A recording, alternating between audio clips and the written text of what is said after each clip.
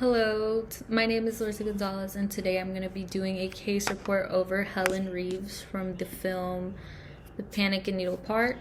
So, first off, we are diagnosing Helen Reeves, who is a 28-year-old woman. Some of her characteristics is that she's artistic, compassionate, curious, and witty. Some background information is that she's a clean-cut girl from Indiana, and she grew up with both of her parents and a younger brother. Also, she's educated and has an avoidant attachment issue, which causes her to leave people often in serious relationships.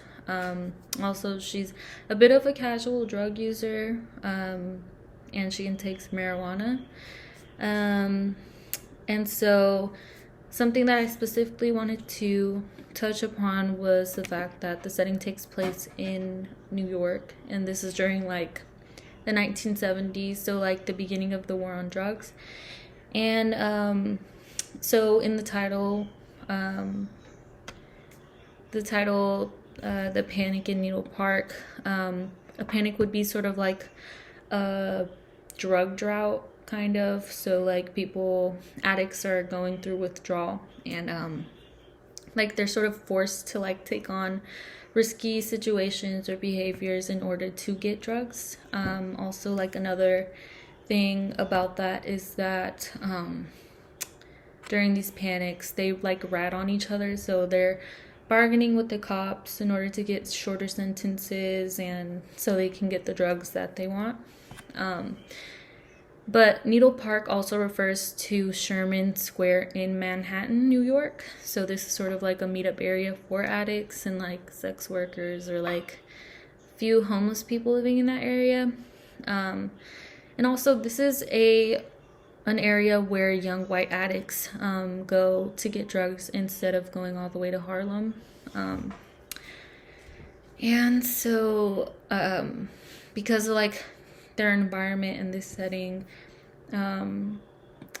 or because of the environment that Helen is in, this causes her to sort of transition from a clean cut girl to an addict life, because she meets the character Bobby and they sort of form a bond and a trusting relationship, but he is an addict himself, which causes Helen to become hooked to heroin.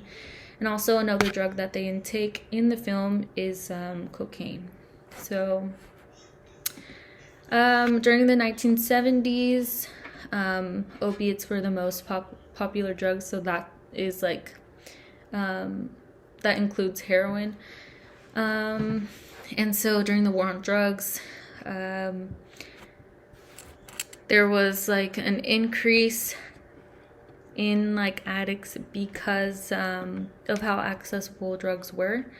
Also, whenever addicts become reliant on these drugs, it's sort of hard to steer away from it, especially during panics, because then people are going to start risking or taking whatever jobs just to get those substances to take the edge off.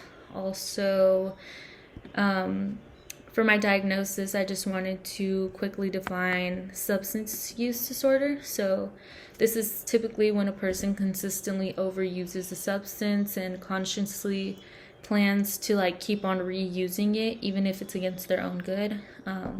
So whenever someone gets hooked to drugs, they can't really fight the feeling of wanting to take it again, which is a stigma that a lot of addicts get held against them, oh, you can just stop any day, but it's really not that.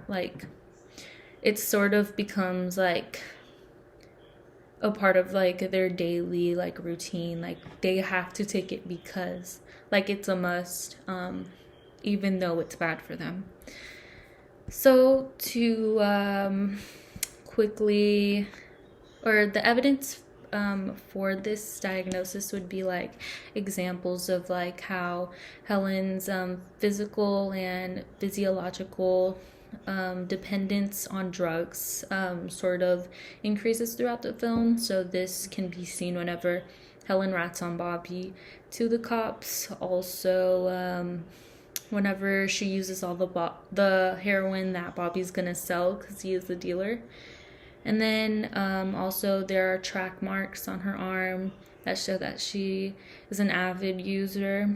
And then also, like, she is risking her life by taking up jobs, like being a sex worker, or also dealing the drugs that Bobby has to sell. And so overall, both of the characters become tolerant of drugs and they intake them together, which sort of causes like a dependence upon each other and upon those drugs, which like digs them deeper into like that substance abuse disorder.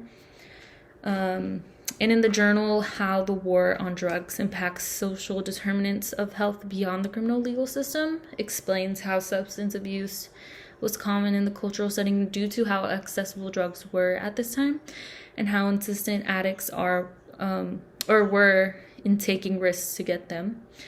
And then it was also noted that the war on drugs targeted a specific demographic, specifically Black Americans, and they were more lenient on white users.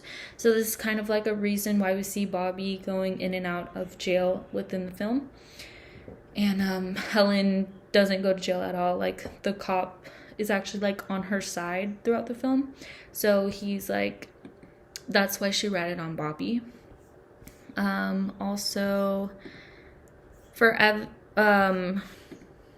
a broader perspective, I just wanted to say that overall the portrayal of the substance abuse disorder seemed fairly accurate because the actors did research beforehand, and so did the director research like the people in this environment and what like the war on drugs was like during this time period.